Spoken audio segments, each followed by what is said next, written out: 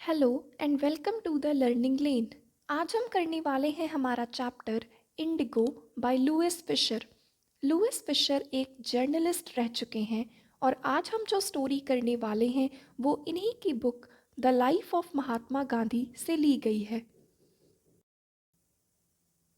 Chapter की शुरुआत होती है जब ऑथर बताते हैं कि जब मैं पहली बार गांधी जी से मिला सेवाग्राम में उनके आश्रम में 1942 में, तब उन्होंने मुझे बताया कि 1917 में उन्होंने ये डिसाइड किया कि ब्रिटिशर्स मुझे मेरे ही देश में ऑर्डर्स नहीं दे सकते, उन्हें यहाँ से जाना होगा। उन्होंने बताया कि वो दिसंबर 1916 में एक इंडियन नेशनल कांग्रेस की एनुअल कन्वेंशन में गए थे लखनऊ। वहाँ पर बहुत से लोग आए हुए थे और उन्हीं में से एक थे राजकुमार शुक्ला, और वो चाहते थे कि मैं उनके साथ चंपारण जाऊं, लेकिन मैंने आज तक चंपारण का नाम भी नहीं सुना था। चंपारण एक जगह है जो नेपाल के पास हिमालयाज के फुट हिल्स पे लोकेटेड है। एक्चुअली बात ये थी कि एक एंशियंट अरेंजमेंट के तहत चंपारण के जो फार्मर्स थे उन्हें शेयर क्रॉपर्स बना दिया गया था, मतलब एक तरीके से किराएदार। राजकुमार शुक्ला भी उन्हीं में से एक थे। वो पढ़े लिखे नहीं थे लेकिन बहुत ही डिटर्मिन्ड थे। वो कांग्रेस सेशन में जो उनके साथ अन्याय हो रहा है उस चीज़ की कंप्लेन करने के लिए आए थे।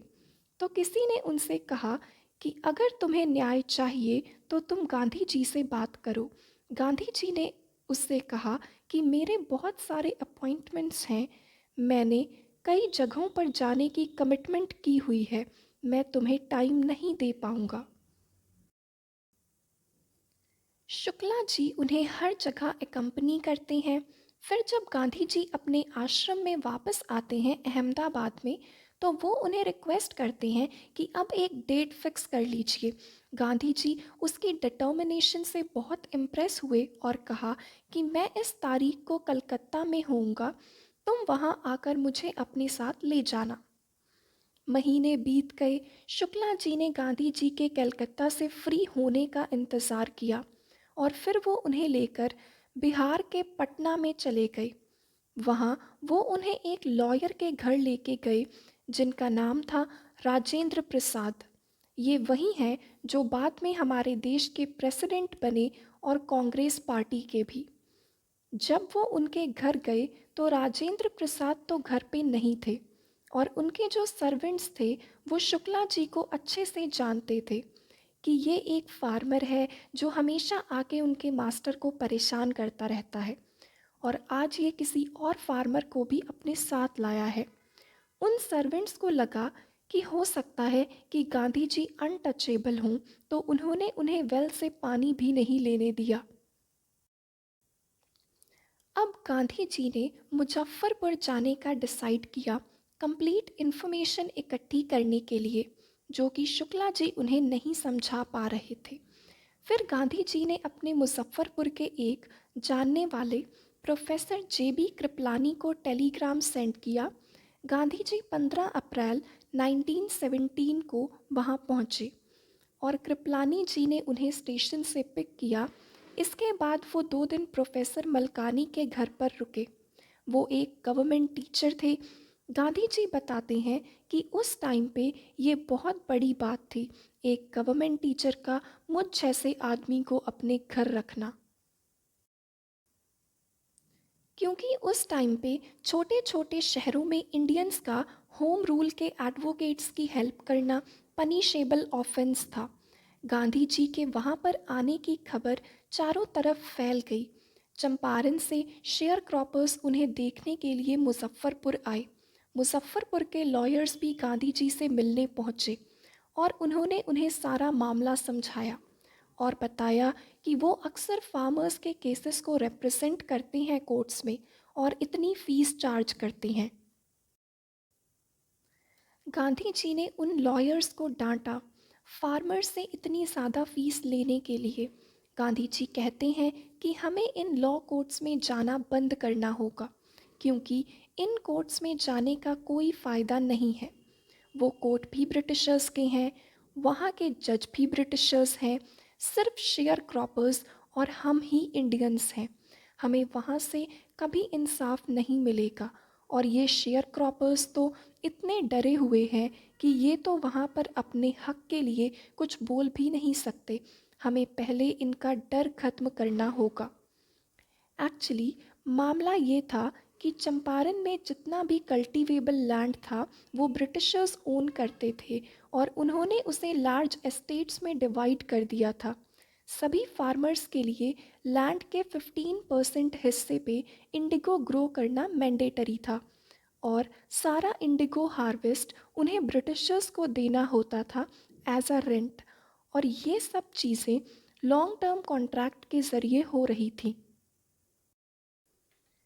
ब्रिटिशर्स ये सारा इंडिगो एक्सपोर्ट करते थे और हाई प्राइसेस पे बेचते थे।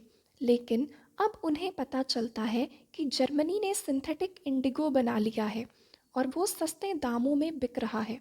अब उनके नेचुरल इंडिगो की डिमांड कम हो गई थी, इसलिए वो सोचते हैं कि क्यों ना फार्मर्स से एक डील की जाए। वो शेयर क्रॉपर्स से कहते हैं कि अगर आपको इस कॉन्ट्रैक्ट से फ्री होना है तो आप हमें कॉम्पनसेशन पे करो। कुछ शेयर क्रॉपर्स जो भोले भाले होते हैं वो ये कॉम्पनसेशन पे कर देते हैं और कुछ इस चीज़ का विरोध करते हैं और लॉयर्स हायर करते हैं।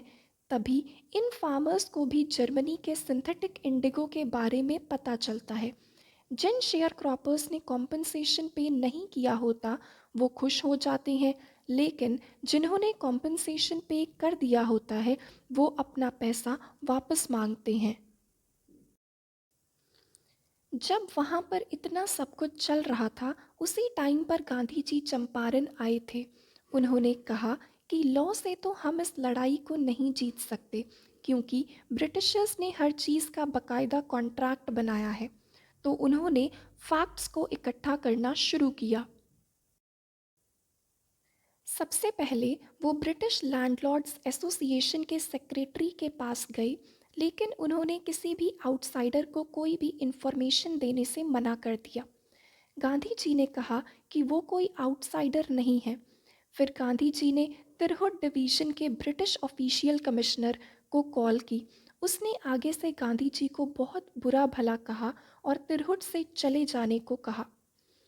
गांधी जी कहीं नहीं गए, बल्कि वो मोतीहारी चले गए, चंपारण की कैपिटल। स्टेशन पर बहुत लोगों ने उनका वेलकम किया। वो एक घर में गए और उसे एक हेड क्वार्टर बनाकर अपनी इन्वेस्टिगेशन शुरू की।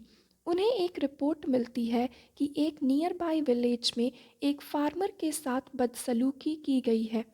गांधी जी वहां जाकर देखने का सोचते हैं। जब वो जा रहे होते हैं तो उन्हें पुलिस सुपरिंटेंडेंट का एक मैसेंजर मिलता है जो उन्हें कहता है कि आप अपने रजिस्टर्ड एड्रेस पर जाकर मुझसे ये नोटिस ले लो।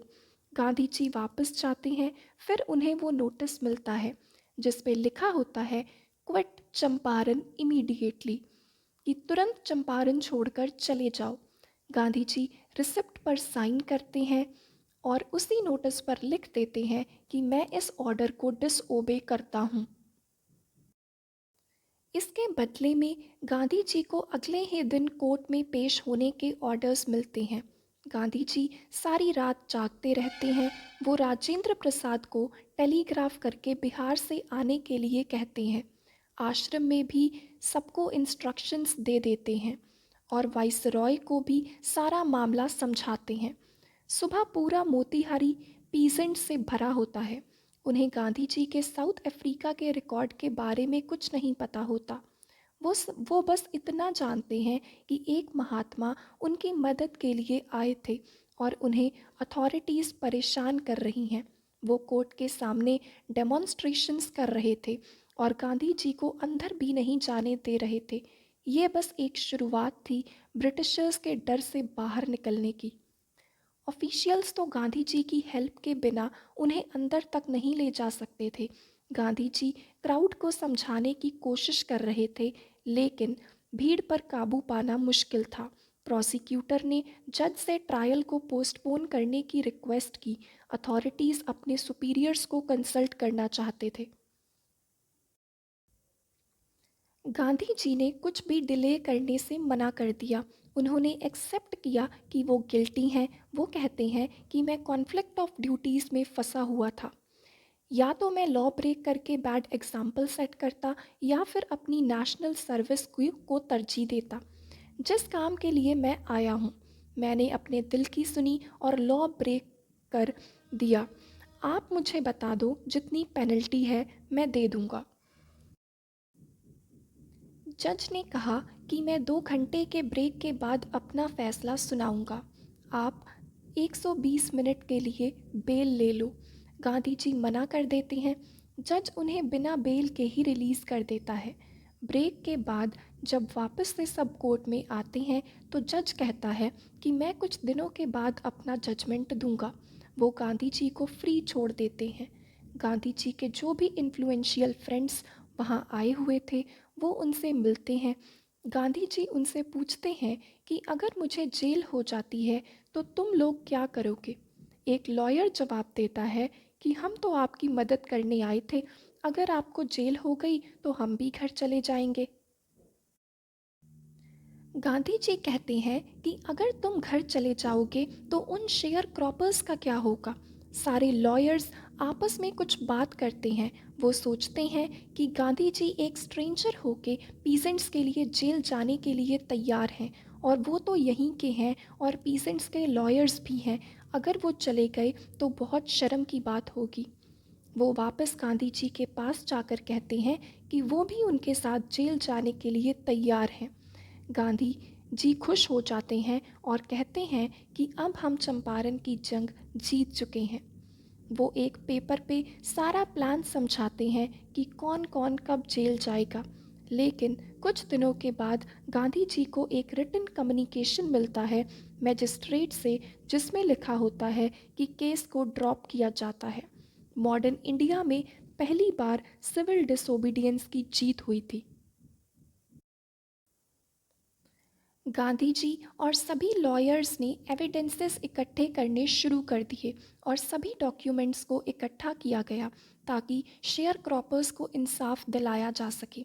जून में गांधी जी को lieutenant governor sir Edward Gait ने बुलाया। गांधी जी ने जाने से पहले सारे इंतज़ाम कर दिए थे इन केस वो वापस ना आ पाए। गांधी जी के साथ 4 इंटरव्यूज़ के बाद उन्होंने एक ऑफिशियल इंक्वायरी बिठाई शेयर क्रॉपर्स की प्रॉब्लम को सॉल्व करने के लिए। उस कमीशन में एक साइड पे लैंडलॉर्ड्स थे, एक साइड पे गवर्नमेंट ऑफिशियल्स और एक साइड पे गांधी जी थे, जो कि पीसेंट्स के अकेले रिप्रेजेंटेटिव थे। गांधी जी जब यहाँ आए थे तो उन्हें लगा था कि ये कुछ दिनों की बात है, लेकिन सब कुछ ठीक करते करते उन्हें पूरा 1 साल लग गया।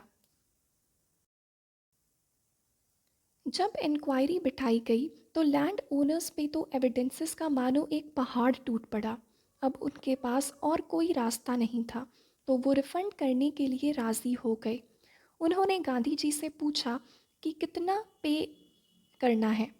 उन्हें लगा था गांधी जी फुल पेमेंट मांगेंगे, लेकिन गांधी जी ने सिर्फ 50% अमाउंट ही मांगा। उस टाइम गांधी जी के अंदर एक जिद नज़र आ रही थी। लैंड ओनर्स ने सोचा कि गांधी जी 50% से टस से मस नहीं होने वाले, लेकिन अगर वो इससे कम अमाउंट कहेंगे तो गांधी जी नहीं मानेंगे और ये मामला कोर्ट तक चला जाएगा और सब कुछ हमारे कंट्रोल में होगा। फिर लैंड ओनर्स कहते हैं कि हम सिर्फ 25% ही दे सकते हैं, तो गांधी जी तुरंत मान जाते हैं। इसी तरह सारा सेटलमेंट हो जाता है। गांधी जी बताते हैं कि यहाँ पर रिफंड का अमाउंट मायने नहीं रखता था, बल्कि ये मायने रखता था कि ब्रिटिशर्स हारे हैं और हम जीते हैं। उन्होंने सिर्फ पैसे ही नहीं दिए थे, बल्कि अपनी प्रेस्टिज को भी सरेंडर किया था। इस पूरे इंसिडेंट से पीसेंट्स हिम्मत सीखते हैं और अपने हक के लिए लड़ना सीखते हैं। कुछ सालों के बाद ब्रिटिश प्लांटर्स वहाँ से चले जाते हैं और पीसेंट्स को उनका लैंड वापस मिल जाता है। इंडिगो शेयर क्रॉपिंग खत्म हो जाती है। गांधी जी कभी भी बड़े बड़े पॉलिटिकल और इकोनॉमिक सॉल्यूशंस करके संतुष्ट नहीं हो जाते थे। उन्होंने चंपारण के विलेजेस में कल्चरल और सोशल बैकवर्डनेस देखी, तो उन्होंने इसे ठीक करने के लिए कुछ करना चाहा। उन्होंने टीचर्स की डिमांड की। उनके कुछ डिसिपल्स ने अपनी वाइफ्स के साथ इस काम की शुरुआत की। बॉम्बे, पूना और कई जगहों से और भी कई टीचर्स आए। गांधी जी की वाइफ और उनके छोटे बेटे देवदास भी वहाँ पर आए। 6 विलेजेस में प्राइमरी स्कूल्स ओपन किए गए। उनकी वाइफ ने सबको साफ सफाई और सैनिटेशन का पाठ पढ़ाया। वहाँ पर हेल्थ कंडीशंस भी बहुत ख़राब थी। गांधी जी ने एक डॉक्टर को बुलाया और 6 महीने वहाँ पर वॉलंटियर करने के लिए कहा। 3 मेडिसिन्स का यूज़ किया गया हर तरीके की हेल्थ कंडीशन को ठीक करने के लिए। गांधी जी ने नोटिस किया कि वहाँ की औरतों के कपड़े बड़े ही अजीब हैं, बड़े ही गंदे हैं। वो अपनी वाइफ से कहते हैं कि जाकर पता करो कि आखिर क्या बात है। उनसे बात करने पर पता चलता है कि उनके पास सिर्फ एक ही साड़ी है। चंपारण में रहते वक्त गांधी जी आश्रम पे भी दूर से ही नज़र रखते थे। ये जो चंपारण एपिसोड था, ये गांधी जी की लाइफ का एक टर्निंग पॉइंट था। गांधी जी बताते हैं कि जो उन्होंने किया वो एक आम सी बात थी।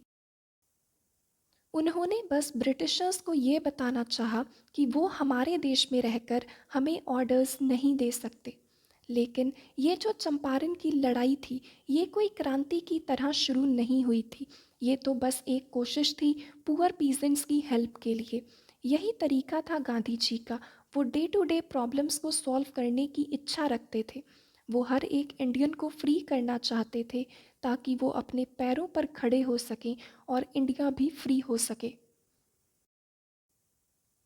चंपारण की लड़ाई के शुरू में गांधी जी एक फॉलोअर चार्ल्स फ्रियर एंड्रयूज, जो कि एक इंग्लिश पैसिफिस्ट थे, वो गांधी जी से मिलने आए थे before going to Fiji Islands. Gandhi ji के लॉयर फ्रेंड्स ने सोचा कि अच्छा होगा अगर एंड्रयूज चंपारण में ही रुक जाए उनकी हेल्प के लिए।